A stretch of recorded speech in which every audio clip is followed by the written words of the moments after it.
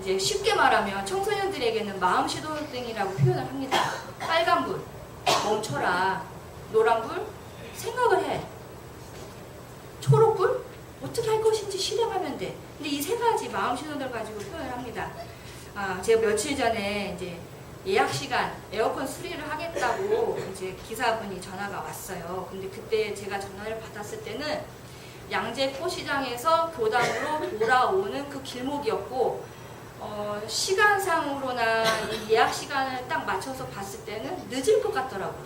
전 늦는 거에 굉장히 이게 있어요. 이게 압이 있어서 늦으면 안 되는데 기사 선생님을 만나야 하는데 이 생각에 근데 저도 모르게 우리가 조금 더 일찍 나왔어야 했는데 이제 변명이 되어지면서 막 이제 그런 말들이 나오는 거예요. 후회하는 말들이.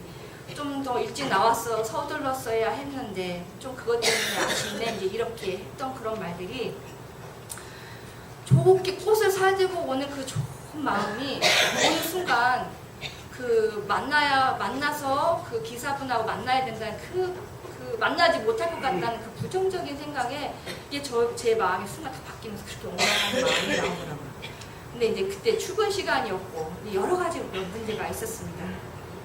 그런데 이제 그 말에 이제 그 운전사가 운전해준 그분이 제가 좀 더 일찍 나왔어야 했는데요 하면서 이제 자기에 대한 이제 반성 모드가 들어가면서 이제 서로 그 분위기가 묘해지는 그런 순간이 있었습니다. 근데 이제 저는 그때 알아차리지 못하고 계속 이제 저는 속으로 했었는데 이제 이렇게 얘기를 하고 있었거든요.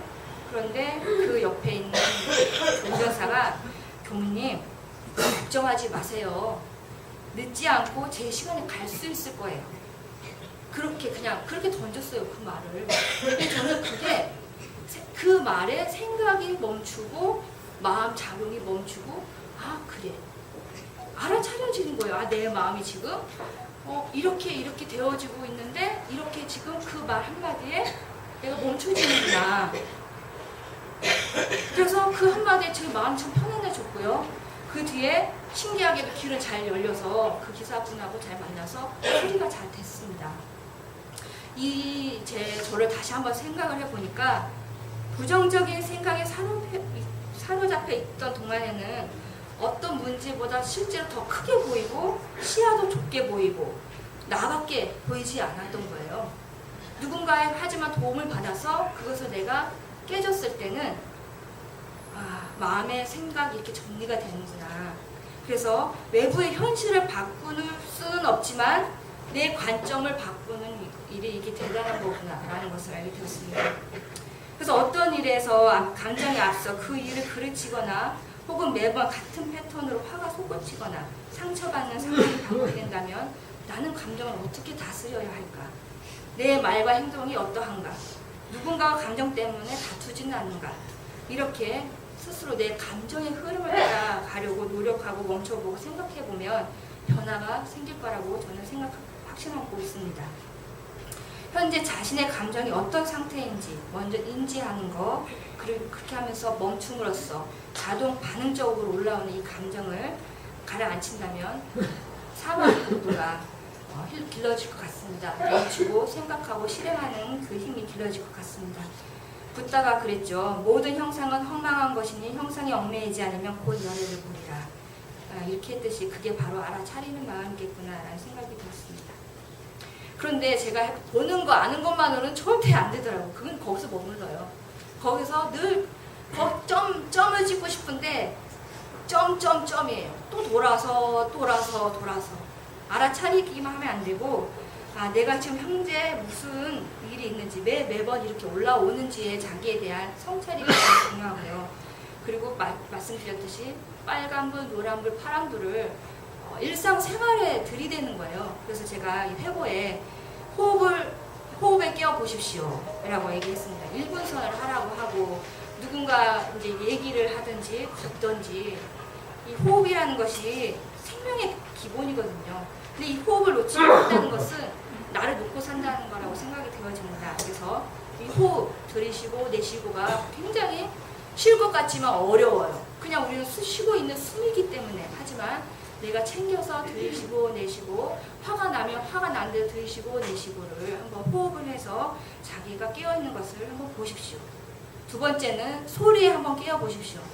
모든 온갖 소리가 들려오죠. 뭐 라디오 소리, 저기서 뭘 파는 소리, 소리가 들려오지만 그게 관점에 따라서 저게 잡음이야라고 생각이 들어지면 그냥 잡음인 거예요.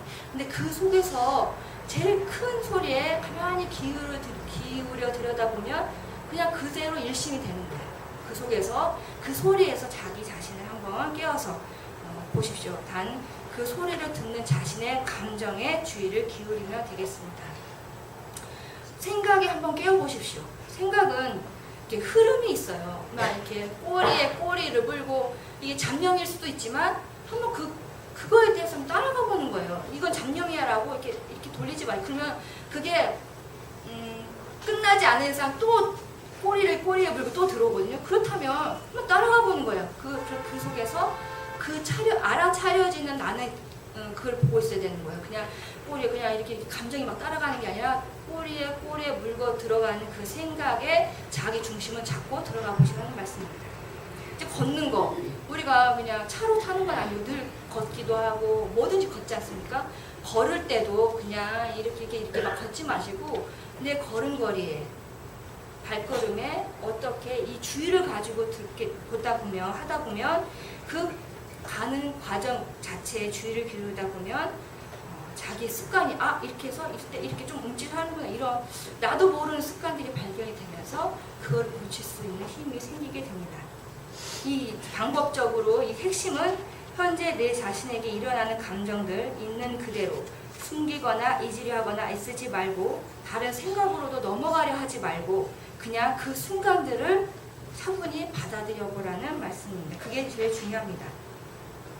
매번 동일한 감정 패턴을 보였던 과거 방식에 의존하지 마시고 현재의 상황을 있는 그대로 바라보신다면 내면의 기회가 열리게 되고 또 자기가 무엇을 원하는지 그 패턴을 알게 될 것 같습니다. 그렇게 하다 보면 자신의 감정을 또한 결정을 내릴 수 있는 선택의 폭도 넓어질 수 있을 거라 생각이 되어집니다. 한번 이렇게 팔짱을 껴보세요.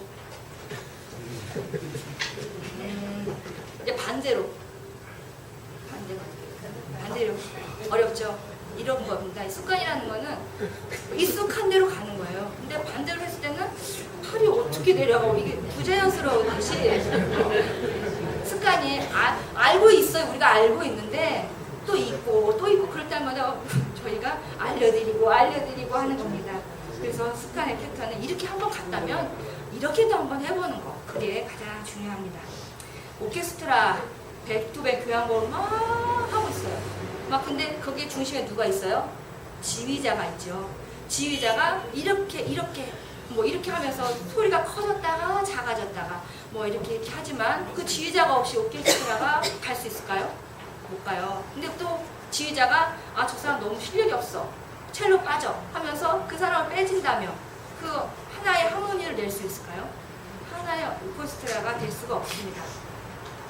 우리 내면도 그렇게 똑같아요. 우리가 탐진치 부분에 정신수양 사용구 작업 취사 이 부분 이 딱딱딱 떨어져서 하는 게 아니라 조화인 거예요. 사막은 조화예요. 그러니까 습관도 이건 안 돼 이게 아니라 이 안 좋은데 어떻게 하면 더 좋은 방향으로 내가 복합해가지고 갈 것인지 그 조화로 이 하나의 하모니 오케스트라도 하모니 지휘자가 중심의 지휘자이듯이 내가 내 중심인데 내면에 나는 막 이렇게 가를 낸단 말이야. 너 안 되고 하지만 이걸 어떻게 조화롭게 사막공주는 내 스스로가 깨치면서 갈 것인가 그게 가장 중요하다고 생각이 되어집니다. 그래서 다시 말하면 뿌리 깊은 감정은 하루아침에 바뀌는 게 아니고 늘 그렇게 깨어있기를 반복하다 보면 스스로 변화가 될 것입니다. 저는 이제 고쳐보려고요. 회피하는 경향이 참 많아요. 화로 회피를 한다든지 그 상황을 모면하려는 그런 것이 많은데 이번에 저는 그걸 회피하지 않고 한번 부딪혀보려는 제 유문형을 가졌습니다. 왜냐하면 그 회피하는 사람은요, 그 상대방이 압도당하거든요. 그거에 굉장히 무서워해요. 그래서 맨날 회피하는 그런 성격이었었는데 제가 이제 이런 공부를 하면서 한번 부딪혀보자. 이런 단점이라면 내가 한번 장점으로 돌릴 수 있도록 내가 내 주인이 될 수 있도록 한번 이렇게 해봐야겠다는 생각을 해봤습니다. 누구나 행복을 원하고 마음이 편해지기를 바란다면 어떻게 행복을 성취할 수 있을지 사실은 혼란스러울 때가 있습니다. 참되고 지속적인 행복의 원천, 그 행복을 발견하고 역경을 극복하는 열쇠는 바로 내 안의 평화라고 할 수 있습니다. 평화의 원칙은 감각적 쾌락, 신체적 인연도 아니고 자신의 마음에 일정한 작업을 해야 하는 것입니다.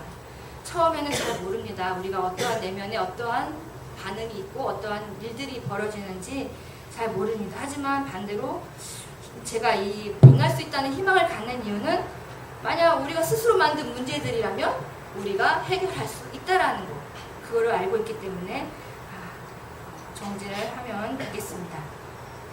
2600년 전 붓다도 일상의 문제에 부딪힐 때에는 울컥하거나 버럭 화를 내는 감정에 솟구쳤다고 합니다. 그런데 붓다가 출가의 산속과 광양에서 진리를 찾기 위해 노력하는 과정에서 부딪힌 가장 큰 문제도 자신의 감정을 다스리는 문제였다고 합니다. 나의 감정에 따라 내 삶의 의미도 세상이 모두 달라진다는 것, 그 붓다의 수행 끝에 얻어낸 붓다의 결론인 것이죠. 이제 다시 정리하자면 모두 적용되는 삶은 누구에게나 자신만의 독특한 방식으로 감당할 만큼 오게 됩니다. 모두에게 통용되는 처방전이 있으면 좋겠지만 보편적인 해독제는 존재하지 않아요. 왜? 너는 너고 나는 나고 네 경계는 네 경계, 내 경계는 내 경계, 너의 감정 패턴은 너 거, 그건 나의 것이 아니기 때문에 사막 공부를 하고 무슨 공부를 하고 알려준다고 하는데 다 해독제는 아니에요. 그 속에서 내가 어떤 것을 내 처방전이 맞는지 내 것을 가져가는 것이 가장 중요하고요. 그 삶 속에서 감정의 중심은 나라는 것을 잊지 않아야 하겠습니다. 과거를 바꿀 수는 없지만 현재에 대응하는 방식은 바꿀 수 있으니까요. 원불교 교법으로 그 방법을 더 찾았으면 좋겠습니다. 결국 내 마음의 평화는 어디에 있나요? 감사합니다.